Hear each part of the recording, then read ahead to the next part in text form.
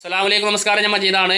എനിക്ക് കെട്ടിട നിർമ്മാണ മേഖലയിൽ വീടിൻ്റെ തേപ്പിൻ്റെയും പടുവിൻ്റെയും വർക്കാണ്. നമ്മുടെ മുഖ്യമന്ത്രി സതീശൻ സാറ് പറഞ്ഞ ഒരു വീഡിയോസ് ഞാൻ നിങ്ങൾക്ക് കാണിച്ചു തരാം. ആ വീഡിയോസിൽ സതീശൻ സാറ് പറഞ്ഞ വീഡിയോസ് പറഞ്ഞാൽ നമ്മുടെ കേരളത്തിൽ അന്യസംസ്ഥാന തൊഴിലാളികളും മലയാളീസും ഇവിടെ പണിയെടുത്താൽ ആര് പണിയെടുത്താലാണ് നമ്മുടെ കേരളത്തിന് മെച്ചമുണ്ടാകുക എന്നുള്ളൊരു വീഡിയോസാണ് ഞാൻ നിങ്ങൾക്ക് കാണിച്ച് തരാൻ പോകുന്ന വീഡിയോസ്. അപ്പോൾ ഈ വീഡിയോസ് നിങ്ങൾ ഫുള്ളൊന്ന് കാണി കേൾക്കി. ഓക്കെ, എൻ്റെ കയ്യിൽ നിന്നും നിങ്ങളുടെ കയ്യിലേക്കും നിങ്ങളുടെ കയ്യിൽ നിന്നും മൂന്നാമന്റെ കയ്യിലേക്കും മറ്റുള്ളവരുടെ കയ്യിലേക്കും കൈമാറ്റം ചെയ്യപ്പെടേണ്ട ഒരു വിനിമയ മാധ്യമമാണ് കറൻസി. ആ കറൻസി ഇല്ലാതായാലോ ലിക്വിഡിറ്റി ക്രഞ്ചാണ്.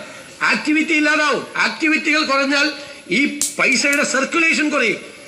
നമ്മൾ ഈ റെമിറ്റൻസ് എക്കോണമിയെ പറ്റി നമ്മൾ എപ്പോഴും പറയാറുണ്ട്, അവിടെ നിന്ന് ഇങ്ങോട്ട് അയക്കുന്ന പണം. നമ്മൾ കേരളം ഇതുവരെ ഞങ്ങൾ പരിശോധിക്കാൻ പോവാണ്. റിവേഴ്സ് റെമിറ്റൻസ് ഉണ്ട് കേരളത്തിൽ. അത്ഭുതപ്പെടുത്തുന്ന തരത്തിൽ 4 മില്യനും 5 മില്യനും ഇടയിൽ, 40 ലക്ഷത്തിനും 50 ലക്ഷത്തിനും ഇടയിൽ ആളുകൾ വിവിധ സംസ്ഥാനങ്ങളിൽ നിന്ന് ഇതര സംസ്ഥാനങ്ങളിൽ നിന്നൂടെ ജോലി ചെയ്യുന്നുണ്ട്. സർ, അവര് ആഴ്ചയിൽ ഒരു ദിവസം അവർക്ക് കൂലി കിട്ടുന്നത് ശനിയാഴ്ച. വളരെ കുറച്ച് പൈസയാണ് സ്പെൻഡ് ചെയ്യുന്നത്. ഞാൻ പറഞ്ഞത് മദ്യപിക്കുന്നതിന്റെ പൈസ മാത്രമാണ് കാര്യമായിട്ട് സർക്കാരിലേക്ക് വരുന്നത്. അത് കുറച്ച് പെർസെന്റേജ് ആണ് അവരിൽ. ബാക്കിയുള്ളത് അവർ വളരെ ചെലവ് ചുരുക്കിയാണ് ജീവിക്കുന്നത്. അവർ ഗോതമ്പ് പൊടിയും ഉള്ളിയും സവാള പിന്നെ ദാലുമാണ്, പരിപ്പുമാണ് അവർ വാങ്ങിക്കുന്നത്. അറിയാമല്ലോ, പെരുമ്പാവൂർ MLA കൃത്യമായിട്ട് വളരെ കുറച്ച് പൈസ സ്പെൻഡ് ചെയ്യും. അവർ നേരത്തെ തിങ്കളാഴ്ച രാവിലെയാണ് അവർ പണം അങ്ങോട്ട് അയച്ചിരുന്നത്. ഇപ്പൊ അവർ ഗൂഗിൾ പേയിൽ ശനിയാഴ്ച പേയ്മെന്റ് കിട്ടിയാൽ ഉടനെ ഗൂഗിൾ പേയിൽ അവർ ഈ പൈസ അയക്കുകയാണ്. സർ, റിവേഴ്സ് റെമിറ്റൻസ് ആയി. അതായത് ഞാനൊരു ഉദാഹരണം പറയാം. ഒരു 15 കൊല്ലം മുമ്പ് കൊച്ചി നഗരത്തിൽ ഒരു 100 കോടി രൂപയുടെ കെട്ടിടം പണിതാൽ, അല്ലെങ്കിൽ തിരുവനന്തപുരത്ത് 100 കോടി രൂപയുടെ ഒരു കെട്ടിടം പണിതാൽ അതിൽ 40 മുതൽ 50% വരെ പണം ലേബർ ചാർജായി ഈ തിരുവനന്തപുരം നഗരത്തിലും സമീപ പ്രദേശത്തുമുള്ള തൊഴിലാളികളുടെ വീട്ടിലേക്ക് എത്തുമായിരുന്നോ? 40-50 കോടി, 40% to 50% ആണ് ലേബർ ചാർജ്. ഇപ്പൊ ആ പണം എങ്ങോട്ടാ പോകുന്നത്? ഒറ്റയാളില്ലല്ലോ നമ്മുടെ ആരും. എല്ലാം ഇതര സംസ്ഥാനങ്ങളിൽ വരുന്ന ജീവനക്കാരാണ്. ഈ പറയുന്ന ഈ തിരുവനന്തപുരത്തും അല്ലെങ്കിൽ കൊച്ചിയിലും കേരളത്തിലും സർക്കുലേറ്റ് ചെയ്യപ്പെടേണ്ട പൈസയാണ് റിവേഴ്സ് റെമിറ്റൻസ് ആയിട്ട് ഇതര സംസ്ഥാനങ്ങളിലേക്ക് പോകുന്നത്. നമ്മുടെ ഇക്കോണമിയുടെ അടിത്തറമാന്താണ്. നമുക്ക് എന്ത് ചെയ്യാൻ പറ്റും? നമ്മുടെ മുഖ്യമന്ത്രി സതീശൻ സാറ് പറയുന്ന കേട്ടില്ലേ നിങ്ങൾ? കെട്ടിട നിർമ്മാണ മേഖലയിൽ പണിയെടുക്കുന്ന പണിക്കൂലി ശ്രദ്ധിച്ച് കേൾക്കണം.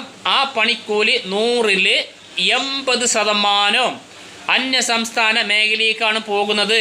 ബാക്കി ഇല്ല 20% പണിക്കൂലിയാണ് ഇവിടെ പണിയെടുക്കണ മലയാളീസിൻ്റെ വീട്ടിലോട്ട് പോകുന്നത്. അത് ഹോട്ടൽ പണി ആയാലും പെയിൻറ്റിങ്ങിൻ്റെ പണി ആയാലും ഏത് പണി ആണെങ്കിലും. ഇനി ഇതിൻ്റെ ഒരു പോൺ വഴി ഞാൻ പറഞ്ഞു തരാം. അതിൻ്റെ മുന്നേ ഞാൻ 2 കൊല്ലം മുന്നേ ഞാൻ പണിക്കൂലി വെക്കണില്ല എന്ന് പറഞ്ഞുകൊണ്ട് ഞാൻ തിരുവനന്തപുരം സെക്രട്ടേറിയറ്റിലേക്ക് ഒരു കാൽനട യാത്ര ചെയ്തിരുന്നു. അതിൻ്റെ വീഡിയോസ് കാണിച്ചു തരാം. എന്നിട്ട് ബാക്കിയോടും പറഞ്ഞു തരാം. ഇതര സംസ്ഥാന അതിഥി തൊഴിലാളികളുടെ ആധിക്യം കാരണം തദ്ദേശീയർക്ക് ജോലി ലഭിക്കുന്നില്ലെന്ന പരാതിയുമായി കാളികാവ് സ്വദേശിയുടെ ഒറ്റയാൾ പോരാട്ടം. തദ്ദേശീയർക്ക് ജോലി ഉറപ്പാക്കാൻ മുഖ്യമന്ത്രി ഇടപെടണമെന്നാവശ്യപ്പെട്ട് തിരുവനന്തപുരത്തേക്ക് കാൽനട യാത്ര നടത്തിയാണ് നീലാഞ്ചേരി സ്വദേശി KP മജീദിന്റെ വേറിട്ട പ്രതിഷേധം. തിങ്കളാഴ്ച രാവിലെ 7 മണിക്കാണ് പ്രതിഷേധ നടത്തം ആരംഭിച്ചത്.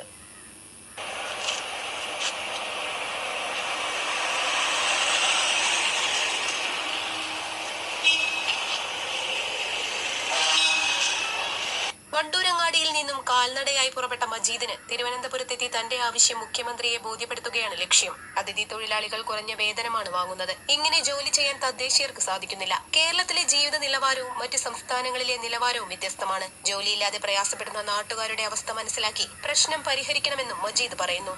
ഞാൻ മലപ്പുറം ജില്ലയിലെ കരുവാരക്കുണ്ട് പഞ്ചായത്തിലെ 2ാം വാർഡിലെ മജീദാണ്. ഞാനൊരു കെട്ടിട നിർമ്മാണ തൊഴിലാളിയാണ്. ഞാനൊരു വീടിന്റെ തേപ്പിന്റെ വർക്ക് എടുക്കുന്ന ആളാണ്. ഇപ്പോ ഈ അന്യ സംസ്ഥാന തൊഴിലാളികൾ നമ്മുടെ കേരളത്തിൽ കൂടുതൽ കാൽനട യാത്ര വീഡിയോസ് കണ്ടില്ലേ നിങ്ങൾ?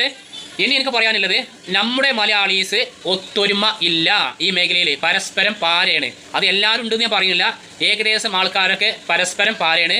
ഇതിൽ 100-ൽ ഒരു 20% മലയാളീസിനെ പറയിപ്പിക്കാൻ വേണ്ടി, പ്രത്യേകം കേൾക്കണം, മലയാളീസിനെ പറയിപ്പിക്കാൻ വേണ്ടി മേസ്തിരിക്കൂലി 1300 ചെലവും ഹെൽപ്പർ കൂലി 1000 അല്ലെങ്കിൽ 1100 ചിലവും മേടിക്കുന്നുണ്ട് 20% മലയാളീസ്. അത് അങ്ങനെ മേടിക്കുമ്പോൾ ബാക്കിയുള്ള മലയാളീസിനൊക്കെ ഇതൊരു ചീത്ത പേരാണ്. അപ്പോൾ ആദ്യം അത് മാറ്റണം. പിന്നെ ഞാൻ അന്ന് സെക്രട്ടേറിയറ്റിലേക്ക് കാൽനട യാത്ര പോയപ്പോൾ എൻ്റെ ഒപ്പം വണ്ടൂർക്ക് എന്നുവെച്ചാൽ കാളികാവുന്ന കരുവാരക്കുണ്ടെന്നും തൂരുന്നും ഇല്ല മേസരിമാരും ഹെൽപ്പർമാരും വണ്ടൂർക്ക് ഞാൻ രാവിലെ 7:30 വരാൻ പറഞ്ഞിരുന്നു. അപ്പോൾ ഓരെല്ലാവരും വരാമെന്ന് പറഞ്ഞിരുന്നു. ഏകദേശം 100 ആളെ എടുത്ത് വരാമെന്ന് പറഞ്ഞിരുന്നു. ഓലിഞ്ചപ്പം പോരാനൊന്നല്ല, ഓല് എന്നെ യാത്ര അയക്കാൻ. കാരണം അവിടെ ഞാൻ ഈ കാകണ ഈ ചാനലാരോട് ഞാൻ പറഞ്ഞിരുന്നു എന്നുവെച്ചാൽ ഞങ്ങൾ ഇങ്ങനെ വരും, ഇങ്ങനെ ഞാൻ പോകുന്നുണ്ട്, അപ്പോൾ ഇത്ര ആളുണ്ട് പറഞ്ഞിരുന്നു. അപ്പോൾ അവർ അവിടെ വന്നിരുന്നു, ഇന്നെ വിശ്വസിച്ചുകൊണ്ട് വന്നിരുന്നു. എന്നിട്ടോ ഞാൻ അവിടെ വണ്ടൂർ ചെന്നപ്പോൾ ഒരാൾ മാത്രമാണ് വന്നത്. ബാക്കിയില്ല ഭൂരിഭാഗം ആൾക്കാർ എന്നെ ശപിച്ചു. അതോട് പറയാൻ പറ്റുക. ഞാൻ എന്നിട്ട് ഇതെങ്ങനെ പോയിട്ടില്ലെങ്കിൽ ഇത് മോശമല്ലേക്ക് എത്തിയാണ്ട് ആ ചാനലാരോട് വരാൻ പറഞ്ഞിട്ട് ഞാൻ അവിടുന്ന് പോയിട്ടില്ലെങ്കിൽ ഞാൻ ചെയ്യുന്ന ഒരു വഞ്ചനല്ലേ. അതിൽ സങ്കടപ്പെട്ടുകൊണ്ട് ആ ചാനലുകാരനോട് ചോദിച്ചു, എവിടെയാണ് നിങ്ങൾ പറഞ്ഞ 100 ആൾ ചോദിച്ചു. അപ്പോൾ ഞാൻ പറഞ്ഞു അവർ വന്നില്ല, അവർ ചർച്ചക്കാണ്, ഏതായാലും ഞാൻ പോവുകയാണ്, എനിക്ക് പറയാനുള്ളത് ഞാൻ നിങ്ങളോട് പറഞ്ഞുതരാം, ഞങ്ങൾ വീഡിയോസ് എടുത്തോളി പറഞ്ഞു. അന്ന് ഞാൻ ആ വീഡിയോസിൽ ആ ചാനലുകാരുടെ മുന്നിൽ ഞാൻ സങ്കടപ്പെട്ടുകൊണ്ടാണ് ഞാൻ അന്ന് ഓലോട് ആ പോക്കേണ്ട കാര്യങ്ങളൊക്കെ ഞാൻ ഓലോട് പറഞ്ഞത്. എന്നിട്ട് ഞാൻ വണ്ടൂരിന്ന് ഞാൻ പെരിന്തൽമണ്ണ വരെ ഞാൻ നടന്നു. എന്നുവെച്ചാൽ എനിക്ക് ആ നടത്തത്തിൽ എനിക്ക് ഭയങ്കര ഗതിയാടുണ്ടായിരുന്നു. ആൾക്കാർ കാണുന്നൊക്കെ ഭയങ്കര ഒരു മോശവും ഗതിയാടൊക്കെ ഉണ്ടായിരുന്നു. എന്നുവെച്ചാൽ അതിലാറ് ഗതിയാടിയിരുന്നു എന്നെ വഞ്ചിച്ച ഈ മലയാളി പണിക്കാർ വണ്ടൂർക്ക് വരാമെന്ന് പറഞ്ഞിട്ട് വരാത്ത മലയാളി പണിക്കാർ അതിലാറ് സംഘടന അതാലോചിക്കുമ്പോൾ. എന്നിട്ട് ഞാൻ പെരിന്തൽമണ്ണ വരെ ഞാൻ നടന്നു. അതിൽ വണ്ടൂർക്ക് ഒരാൾ മാത്രം വന്നില്ലേ. ആ ആൾ എനിക്ക് ഫോൺ വിളിച്ച് പറഞ്ഞു, മജീദാക്ക നിങ്ങളൊരു കാര്യം ചെയ്യും, നിങ്ങൾ ട്രെയിൻ കാണിച്ചാൽ പോകുക കാണിച്ചാൽ ഞാൻ നിങ്ങളൊപ്പം പോരാറുന്നു. അപ്പോൾ ഞാൻ കരുതി എന്നുവെച്ചാൽ വണ്ടൂർക്ക് വരാമെന്ന് പറഞ്ഞ മലയാളി പണിക്കാർ വന്നിട്ടില്ല, പിന്നെ എന്തിനാണ് ഞാൻ റിസ്ക് എടുത്തുകൊണ്ട് ഞാൻ അതുവരെ നടക്കണ കരുതിയിട്ട് ഞാൻ പെരിന്തൽമണ്ണ ഞാനും ആ വണ്ടൂർക്ക് വന്ന ആ ഒരു മലയാളി മേസിനും കൂടിയാണ്ട് അങ്ങാടിപ്പുറത്ത് ട്രെയിൻ കയറിയാണ്ട് സെക്രട്ടേറിയറ്റിലേക്ക് പോയി. കഴിഞ്ഞ മുഖ്യമന്ത്രി പിണറായി വിജയൻ സാറിനെ പോയി കണ്ടു, നിവേദനം കൊടുത്തു. ആദ്യം പറഞ്ഞു ഇതിനൊന്നും ചെയ്യാൻ പറ്റൂല, ഇത് ഓരോ പേർക്കാർ ഇപ്പോൾ പണി കൊടുക്കണല്ലേ, അതിനെന്താ ഞങ്ങൾക്ക് ഇടപെടാൻ പറ്റൂലായിരുന്നു. അതിൽ അങ്ങോട്ട് പറഞ്ഞാൽ പിന്നെ നിവേദനം സ്വീകരിച്ചാൽ ശരിയാക്കാന്ന് പറഞ്ഞതല്ലാതെ ഇതുവരെ ശരിയാക്കിയിട്ടില്ല. ഇപ്പോൾ നമ്മുടെ ഇപ്പോഴത്തെ UDFന്റെ മുഖ്യമന്ത്രി സതീശൻ സാർ പറയുന്നത് നിങ്ങൾ കേട്ടില്ലേ, ഇങ്ങനെ പോയി കഴിഞ്ഞാൽ നമ്മുടെ കേരളത്തിന്റെ അടിത്തറ ഇല്ലാതെ ആകും. അതാണ് മുഖ്യമന്ത്രി സതീശൻ സാർ പറഞ്ഞത്. ഇനി ഇതിന്റെ പോംവഴിയാണ് ഞാൻ പറയാൻ പോകുന്നത്. ഇതിന്റെ പോംവഴി എന്ന് പറഞ്ഞാൽ ഇപ്പോൾ നമ്മുടെ കേരളത്തിൽ പണിയെടുക്കുന്നത് പറഞ്ഞാൽ ഒരു ആവറേജ് വയസ്സ് പറഞ്ഞുതരാം. 30 വയസ്സ് തൊട്ടുകാണ്ട് ഒരു 60 വയസ്സിന്റെ ഉള്ളിലുള്ള ആൾക്കാരുള്ളൂ ഇപ്പോൾ ഈ കെട്ടിട നിർമ്മാണ മേഖലയിലും ഹോട്ടൽ പണിയിലൊക്കെ പണി എടുക്കുന്നത്. അവർ ഒറ്റക്കെട്ടായിങ്ങാണ്ട് എന്നുവെച്ചാൽ ഈ 1300 കൂലി മേടിക്കാതെ, ഞാൻ മേടിക്കണ കൂലി പറഞ്ഞുതരാം, എനിക്ക് പടവും തേപ്പ് പറയാം. ഞാൻ മേടിക്കണ പണിക്കൂലി പറഞ്ഞാൽ 1100 റുപ്യാണ് ചെലവില്ലാതെ, 1100 റുപ്യ ചെലവില്ലാതെ മേടിക്കും. ചില പണിച്ചെലവിന് ചിലവ് കിട്ടുകയാണെച്ചാൽ ഞാൻ 1000 റുപ്യ ഞാൻ മേടിക്കൽ. എൻ്റെ ഹെൽപ്പർ 900, എവിടുന്നേലും ചിലവ് കിട്ടുകയാണെച്ചാൽ 850 മേടിക്കും. ഇതേമാതിരി നമ്മൾ ഈ കൂലിക്ക് നമ്മളെല്ലാവരും പണിയെടുക്കുക. അപ്പോൾ ഓരോ വീട്ടുകാരും വെച്ചാൽ നമ്മളെ തേടിയാണ്ട് വരും. പിന്നെ എനിക്ക് വീട്ടുകാരോടും കോൺട്രാക്ടർമാരോടാണ് പറയാനുള്ളത്, നമ്മുടെ നാട്ടിൽ നമ്മൾ പണിയെടുക്കുമ്പോൾ നമ്മളെ അയലോക്കത്ത് മരണം ഉണ്ടാവും, നമ്മളെ കുടുംബത്തിൽ മരണം ഉണ്ടാവും, നമ്മളെ കുടുംബത്തിൽ കല്യാണം ഉണ്ടാവും, അയലോക്കത്ത് കല്യാണം ഉണ്ടാവും, ഇതിനൊക്കെ നമ്മൾ പോകേണ്ടി വരും. അപ്പോൾ ഈ ബംഗാളികൾ എന്ന സംസ്ഥാന തൊഴിലാളികൾ ഇവിടെ നിന്ന് പണിയെടുക്കുമ്പോൾ അവർക്ക് കേരളത്തിൽ കല്യാണമല്ല മരണമല്ല. അപ്പോൾ അവരെന്താ ചെയ്യുക, അവർ എല്ലാ ദിവസവും ലീവില്ലാതെ പണിയെടുക്കും. പിന്നെ അവർ ഈ ചെറിയ റേറ്റിന് പണിയെടുത്തുകൊണ്ട് അവർ രാവിലെ 7 മണി തൊട്ടുകൊണ്ട് രാത്രി 9 മണി വരെ പണിയെടുക്കണ അനേകം ബംഗാളി പണിക്കാരെ കാണുന്നുണ്ട്. അപ്പോൾ അവർ നാട്ടിട്ട് വന്നു കാണാൻ അവർക്ക് എങ്ങനെ പണിയെടുക്കാം. ഇതേമാതിരി നമ്മുടെ നാട്ടിൽ നമ്മളെങ്ങനെ പണിയെടുക്കണേ, നമ്മൾ ആദ്യം പണിയെടുത്തില്ല, രാത്രി 9 മണി ആരെയും പണിയെടുക്കണോ, ഈ ഒരു ദിവസം കിട്ടാൻ കൂലിക്കില്ലല്ലോ. അപ്പോൾ രണ്ട് കൂട്ടരും എന്ന് വെച്ചാൽ വീട്ടുകാരും ഇവിടുത്തെ മലയാളീസും ഒത്തൊരുമിച്ചാണ്ട് ഒരു 5000-10000 റുപ്യേൻ്റെ ഒക്കെ വ്യത്യാസം ഉണ്ടെങ്കിൽ ആ വ്യത്യാസത്തിനൊക്കെ ബംഗാളി മലയാളിയും തമ്മിൽ വ്യത്യാസം ഉണ്ടെങ്കിൽ നിങ്ങൾ മലയാളിക്ക് പണി കൊടുക്കുകയും അവർ ചിലപ്പോൾ 15 ദിവസം കൊണ്ടൊക്കെ തീർക്കുന്നത് ഞങ്ങൾ മലയാളീസ് പറഞ്ഞാൽ ചിലപ്പോൾ 1 മാസം കൊണ്ടൊക്കെ തീർക്കാൻ പറ്റുക. കാരണം ഇവിടെ കല്യാണോ വേറെ കാര്യങ്ങളൊക്കെ ഉണ്ടാകുമ്പോൾ അതിന് പോകേണ്ടി വരും. നമ്മൾ ഈ ബംഗാളികൾ വരുന്ന മുന്നേ നമ്മുടെ നാട്ടിൽ ഇങ്ങനെ നമ്മൾ പണിയെടുക്കണേ, അന്ന് അണ്ണന്മാരുണ്ടായിട്ട് വരെ നമ്മൾ ഇതേമാതിരി പണിയെടുക്കണേ. അപ്പോൾ നമ്മുടെ കേരളത്തിൻ്റെ നിലനിൽപ്പ് അടിത്തറ നമുക്ക് ഭദ്രമാക്കണമെങ്കിൽ ഇവിടുത്തെ മലയാളീസിനെ കൂട്ടിങ്ങാണ്ട് ഇവിടുത്തെ ഓരോ വീട്ടുകാരും ഓരോ കോൺട്രാക്ടർമാരും മലയാളീസിനെ കൂട്ടിങ്ങാണ്ട് പണി കൊടുക്കണം എന്നാണ് ഈ അവസരത്തിൽ നിങ്ങൾക്ക് പറയാനുള്ളത്. പിന്നെ എനിക്ക് പറയാനുള്ളത്, ഈ +2 കഴിഞ്ഞ് തോറ്റിങ്ങാണ്ട് അല്ലിച്ചെല്ലിയായി നടക്കുന്ന കുറേ മലയാളി യുവാക്കളുണ്ട്. അവരെന്താ കാണുന്നത്, ഈ പെട്രോൾ പമ്പ് പോയാൽ 1 മണിക്കൂറിന് 50 റുപ്യ കിട്ടും. അങ്ങനെ അവർ 4 മണിക്കൂറൊക്കെ പണിയെടുത്തുകൊണ്ട് 200 റുപ്യക്ക് അവർ ചില യുവാക്കൾ ഈ കഞ്ചാവ് വലിച്ചുകൊണ്ട് മദ്യം കുടിച്ചുകൊണ്ടൊക്കെ നടക്കണ, ഈ സിഗരറ്റൊക്കെ വലിച്ച് നടക്കണ ഏകദേശം യുവാക്കളൊക്കെ ഞാൻ ഇടയ്ക്കിടയ്ക്ക് കാണലുണ്ട്. അപ്പോൾ ഞങ്ങളെപ്പോലത്തെ ആൾക്കാർക്ക് ഒരു 5000-10000-10,000ത്തിൻ്റെ ഒരു വ്യത്യാസത്തിൽ എന്നുവെച്ചാൽ ബംഗാളികളും ഞങ്ങൾ തമ്മിലെ വ്യത്യാസത്തിന് ആ 5000-10,000ത്തിൻ്റെ ഒരു ലാഭകരം നിങ്ങൾക്ക് വീട്ടുകാർക്ക് ഉണ്ടാകുക.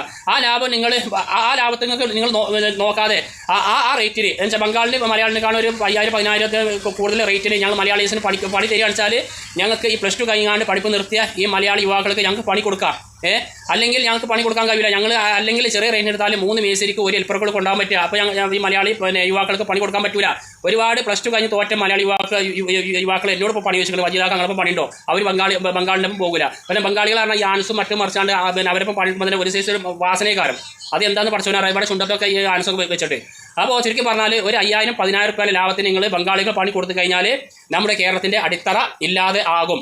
അപ്പോൾ പിന്നെ ലാസ്റ്റ് പറയുന്നത് ഇവിടുത്തെ മലയാളീസ് പണിക്കാർ എല്ലാവരും 1300 മേടിക്കാതെ 1100 റുപ്യക്ക് പണിയെടുക്കാൻ നിങ്ങൾ ശ്രമിക്കുക. ഓക്കെ, മേസ്ത്രിമാർ ഹെൽപ്പർമാർ 900 റുപ്യക്ക് പണിയെടുക്കാൻ ശ്രമിക്കുക. എന്നാൽ നമുക്ക് നമ്മുടെ കേരളത്തിൻ്റെ അടിത്തറ നമുക്ക് ഭദ്രമാക്കാം. ഓക്കെ, പിന്നെ സർക്കാരിനോട് എനിക്ക് പറയുന്നത് ഇത് ഓരോ പഞ്ചായത്ത് മേഖലയിൽ തന്നെ ഇന്ന സ്ഥലത്ത് ഇന്ന കൂലി എന്നുള്ള ഒരു ഇതും കൂടി നിങ്ങൾ ആക്കി തരികയാണെന്ന് വെച്ചാൽ ഒന്നുകൂടി നമ്മുടെ കേരളത്തിൻ്റെ അടിത്തറ നമുക്ക് ഭദ്രമാക്കാൻ നമുക്ക് പറ്റും. ഓക്കെ, വീഡിയോസ് കുറേ വീട് പോയി. അപ്പോൾ എല്ലാവർക്കും അസ്സലാമു അലൈക്കും. എന്റെ കയ്യിൽ നിന്നും നിങ്ങളുടെ കയ്യിലേക്കും നിങ്ങളുടെ കയ്യിൽ നിന്നും മൂന്നാമന്റെ കയ്യിലേക്കും മറ്റുള്ളവരുടെ കയ്യിലേക്കും കൈമാറ്റം ചെയ്യപ്പെടേണ്ട ഒരു വിനിമയ മാധ്യമമാണ് കറൻസി. ആ കറൻസി ഇല്ലാതായാലോ ലിക്വിഡിറ്റി ക്രഞ്ചാണ്. ആക്ടിവിറ്റി ഇല്ലാതാവും. ആക്ടിവിറ്റികൾ കുറഞ്ഞാൽ ഈ പൈസയുടെ സർക്കുലേഷൻ കുറയും. നമ്മൾ ഈ റെമിറ്റൻസ് എക്കോണമിയെ പറ്റി നമ്മൾ എപ്പോഴും പറയാറുണ്ട്, അവിടെ നിന്ന് ഇങ്ങോട്ട് അയക്കുന്ന പണം. നമ്മൾ കേരളം ഇതുവരെ ഞങ്ങൾ പരിശോധിക്കാൻ പോവാണ്. റിവേഴ്സ് റെമിറ്റൻസ് ഉണ്ട് കേരളത്തിൽ. അത്ഭുതപ്പെടുത്തുന്ന തരത്തിൽ 4 മില്യനും 5 മില്യനും ഇടയിൽ, 40 ലക്ഷത്തിനും 50 ലക്ഷത്തിനും ഇടയിൽ ആളുകൾ വിവിധ സംസ്ഥാനങ്ങളിൽ നിന്ന് ഇതര സംസ്ഥാനങ്ങളിൽ നിന്നൂടെ ജോലി ചെയ്യുന്നുണ്ട്. സർ, അവര് ആഴ്ചയിൽ ഒരു ദിവസം അവർക്ക് കൂലി കിട്ടുന്നത് ശനിയാഴ്ച. വളരെ കുറച്ച് പൈസയാണ് സ്പെൻഡ് ചെയ്യുന്നത്. ഞാൻ പറഞ്ഞത് മദ്യപിക്കുന്നതിന്റെ പൈസ മാത്രമാണ് കാര്യമായിട്ട് സർക്കാരിലേക്ക് വരുന്നത്. അത് കുറച്ച് പെർസെന്റേജ് ആണ് അവരിൽ. ബാക്കിയുള്ളത് അവർ വളരെ ചെലവ് ചുരുക്കിയാണ് ജീവിക്കുന്നത്. അവർ ഗോതമ്പ് പൊടിയും ഉള്ളിയും സവാള പിന്നെ ദാലുമാണ് പരിപ്പുമാണ് അവർ വാങ്ങിക്കുന്നത്. അറിയാമല്ലോ, പെരുമ്പാവൂർ MLA കൃത്യമായിട്ട് വളരെ കുറച്ച് പൈസ സ്പെൻഡ് ചെയ്യും. അവർ നേരത്തെ തിങ്കളാഴ്ച രാവിലെയാണ് അവർ പണം അങ്ങോട്ട് അയച്ചിരുന്നത്. ഇപ്പൊ അവർ ഗൂഗിൾ പേയിൽ ശനിയാഴ്ച പേയ്മെന്റ് കിട്ടിയാൽ ഉടനെ ഗൂഗിൾ പേയിൽ അവർ ഈ പൈസ അയക്കുകയാണ്. സർ, റിവേഴ്സ് റെമിറ്റൻസ് ആയി. അതായത് ഞാനൊരു ഉദാഹരണം പറയാം. ഒരു 15 കൊല്ലം മുമ്പ് കൊച്ചി നഗരത്തിൽ ഒരു 100 കോടി രൂപയുടെ കെട്ടിടം പണിതാൽ, അല്ലെങ്കിൽ തിരുവനന്തപുരത്ത് 100 കോടി രൂപയുടെ ഒരു കെട്ടിടം പണിതാൽ അതിൽ 40 മുതൽ 50% വരെ പണം ലേബർ ചാർജായി ഈ തിരുവനന്തപുരം നഗരത്തിലും സമീപ പ്രദേശത്തുമുള്ള തൊഴിലാളികളുടെ വീട്ടിലേക്ക് എത്തുമായിരുന്നു. 40-50 കോടി 40% to 50% ആണ് ലേബർ ചാർജ്. ഇപ്പൊ ആ പണം എങ്ങോട്ടാ പോകുന്നത്? ഒറ്റയാളില്ലല്ലോ നമ്മുടെ ആരും. എല്ലാം ഇതര സംസ്ഥാനങ്ങളിൽ വരുന്ന ജീവനക്കാരാണ്. ഈ പറയുന്ന ഈ തിരുവനന്തപുരത്തും അല്ലെങ്കിൽ കൊച്ചിയിലും കേരളത്തിലും സർക്കുലേറ്റ് ചെയ്യപ്പെടേണ്ട പൈസയാണ് റിവേഴ്സ് റെമിറ്റൻസ് ആയിട്ട് ഇതര സംസ്ഥാനങ്ങളിലേക്ക് പോകുന്നത്. നമ്മുടെ ഇക്കോണമിയുടെ അടിത്തറ മാന്താണ്. നമുക്ക് എന്ത് ചെയ്യാൻ പറ്റും? നമുക്ക്